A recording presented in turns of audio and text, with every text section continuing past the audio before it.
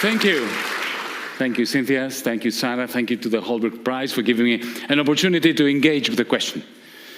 So, is the West in decline? Most definitely not. But don't get your hopes high. This is no reason to rejoice, especially if you treasure, as I do, the values that have come to be espoused by the West over the last 50, 60, 70 years. Now, who is it that is truly worried and has surrendered to the thought that the West is declining?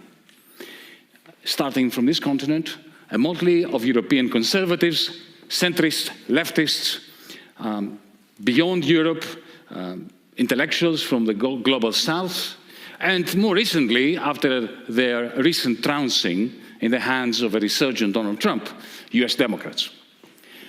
I think they're all wrong. Never before has so much power been concentrated in the hands of so few, both persons and postcodes, in the West. So why all this navel-gazing in the West? Why have so many good people in the West and beyond the West, around the world, surrendered themselves to this conviction or feeling that the West is fading, it is declining? In Europe, there is good cause.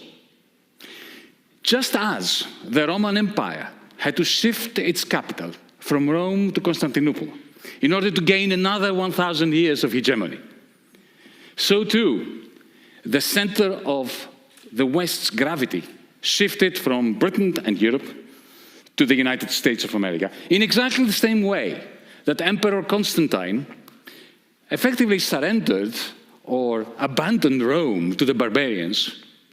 Europe, too, has been abandoned to the forces of stagnation, which are rendering, as we speak, the European Union inert, backward, and increasingly irrelevant. But there is a second reason. One is Eurocentric. It is the reason, I just mentioned it, why the European bourgeoisie is in such a state of moral panic, so eager to confuse its own decline for the decline of the West. But the second reason is far more delicious, and it is a paradox. Like a snake sheds old skin, the West has shed its own value system over the last few decades. A value system which was utterly necessary to the West to maintain its ascendancy during the 20th century, which, however, during the 21st century, is surplus to requirements. It is holding the West's triumphant march back. If you think about this from the perspective of, the manner in which the West rose up. How did the West rise up? In precisely the same way that capitalism did not need democracy in order to rise. It is a mistake to think that democracy is a prerequisite for capitalism. There was no democracy in the 18th and 19th centuries. In Europe, there's no democracy in China, and you have a capitalist explosion in China. Similarly, the Western value system was not functional to the rise of the West. Indeed, precisely the opposite. It was brutal exploitation at home, along with the opium trade, the slave trade, and a number of genocides in the Americas, in Australia, in Africa, which created the power base of the West.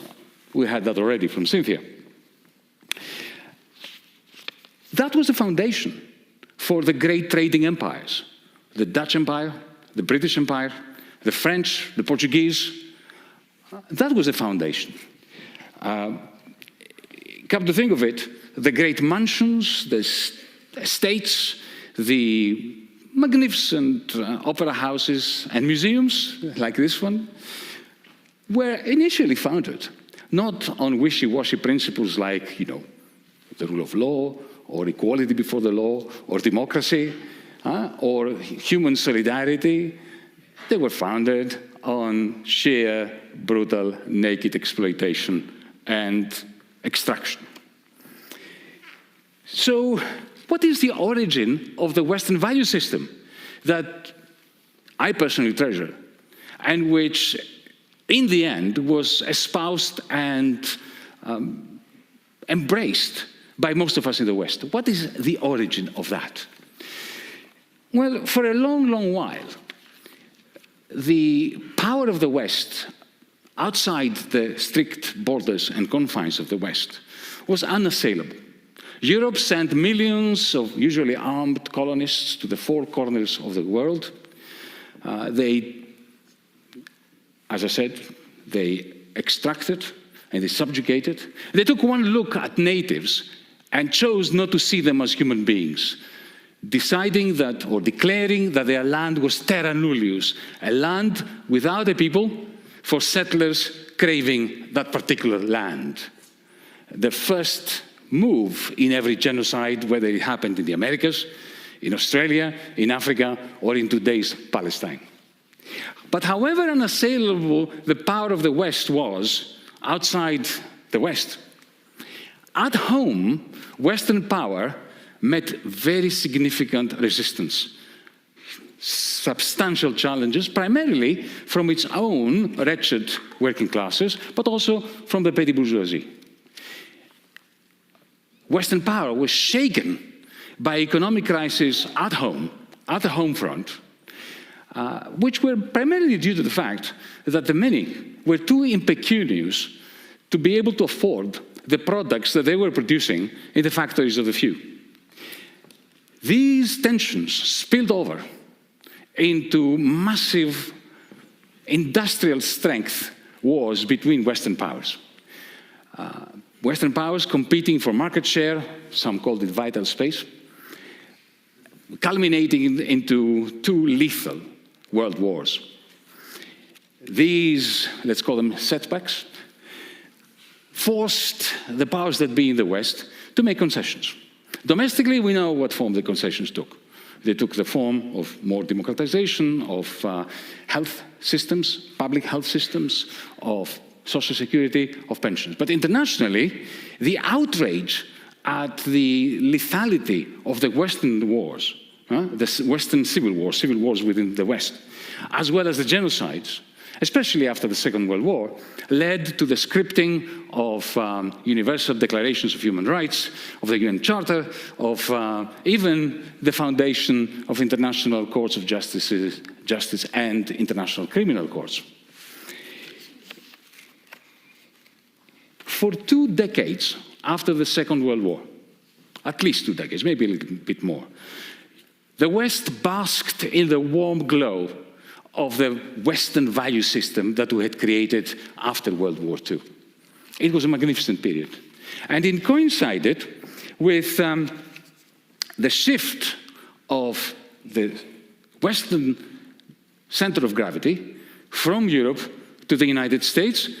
And it was a period, the 1950s and 1960s, during which we created, well, the West created, or to be more precise, the United States created, an audacious, magnificent, globally planned, centrally planned, international monetary system known as the Bretton Woods system, which allowed the United States to recycle its own surpluses in Europe and in Japan, effectively guaranteeing its own net exports to Europe and to Japan by dollarizing America's allies. But then 1971 comes, the 15th of August, the Nixon shock. And all bets are off. What had happened, of course, was that the United States had become a deficit country. But instead of tightening its belt, Washington, D.C., the powers that be in Washington, instead of doing that which Germany would do, or impose on everybody else to do, which is austerity, tightening belts, to eliminate the deficit, they did exactly the opposite. They said, okay, now we are a deficit country. Now we have a 2-3% trade deficit of GDP. So what are we going to do? We're going to step on the accelerator and max out the trade deficit. This is precisely what has been happening since 1971. And it was not an accident. It was a wild beauty to behold, because this expanding trade deficit of the United States started functioning like a gigantic vacuum cleaner that was sucking out of Germany, Japan, later China, the net exports of those factories, of their factories, into the United States. And what did the German, the Japanese, the Indonesian, the Vietnamese, and of course, ultimately, the Chinese capitalists do with all the dollars that they were receiving for all the stuff that they were exporting to the United States? What can you do with these torrents of dollars? But take them back to New York City and to Wall Street.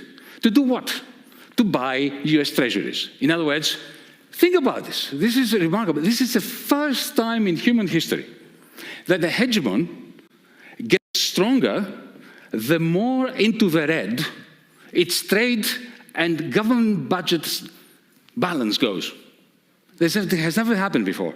Every other hegemon who went into the red collapsed. The United States became stronger as a result of expanding, of the burgeoning trade deficit. Because the trade deficit, through this recycling system, through the capitalist profits outside the United States, which is then brought back to Wall Street, and they use this money to fund the American government, which can then afford not to tax the rich or the middle class to the level that we tax the rich and the middle class in Europe. They could afford to have an army that has bases in 170 countries. And what else did the foreign capitalists do with the money that they brought to Wall Street? Well, they bought real estate, to the great joy of the Donald Trump types. And they bought a few shares, whatever shares the American authorities allowed foreigners to purchase, usually in second-rate companies, because of protectionism. Yeah?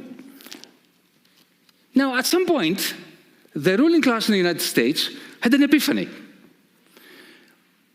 Since we're trusting the foreign capitalists to send their dollars back to us, why don't we trust them to send the manufacturers back to us?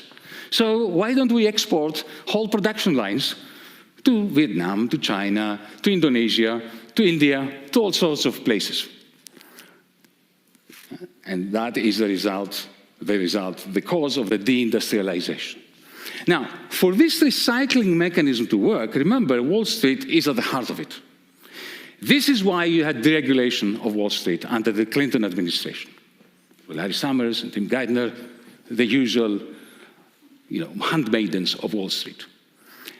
And of course, to deregulate, to bin all the great regulations, the Glass-Steagall Act, all the remnants of the magnificence of what was the New Deal once and the Bretton Woods system, you need an ideology. You need a cloak of respectability. You need a theory, a political economy. Thus, the rise of what is called neoliberalism, which, by the way, is neither new nor liberal. With this cloak of respectability and the political philosophy and political economy and helpful handmaidens in government, I mentioned, Larry Summers and the rest, Wall Street was allowed to go gangbusters. They minted mountain ranges of derivatives on the back of the tsunami of capital that was coming from Europe, from Japan, later from China, into the books of the Wall Street bankers. Do you remember the Brothers Grimm story featuring a pot which apparently incessantly produces whatever its owner commanded it to? And do you remember how, the moral of the story, how it ends?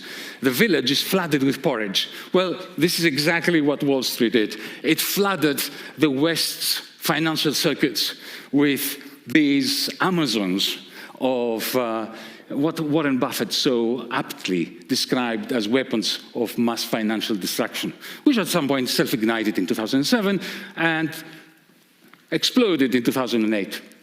And then, immediately, in a state of utter panic, the great and good leaders of the West gathered in London in April 2009, under the auspices and the chairmanship of a certain Mr. Gordon Brown. And what they decided to do was to save the financiers by printing, and then printing some more. Between then and today, they printed $35,000 billion on behalf of the financiers. That's 35 trillion.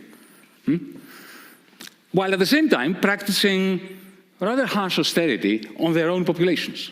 So you have socialism for the financiers and austerity, harsh austerity for the demos. The result? Grand celebrations in the leafy suburbs and, of course, the gated communities where the haves hide from the have-nots. This is the process by which the West jettisoned its values. The only ones who invested a small part, or a large part, but in proportional terms, a small part, of the minted trillions was big tech. And that gave them the cloud capital with which they can now pollute our minds, control our minds, and control and poison the conversation. So, ladies and gentlemen, allow me to finish by saying that the West is not declining. It is going, as I said, along with Wall Street, gangbusters. But it is shedding the value system. As we are moving towards the natural, mathematical, logical conclusion of this process, I'm very much afraid that the West is not going to end with a whimper, but it will most probably end with a bang, given the escalating new Cold War with China, a bang after which I don't think China or anyone else or any other bloc is going to dominate, but rather we are going to be in a kind of post-apocalyptic aftermath where the Mad Max movies will be a sort of a documentary. Thank you.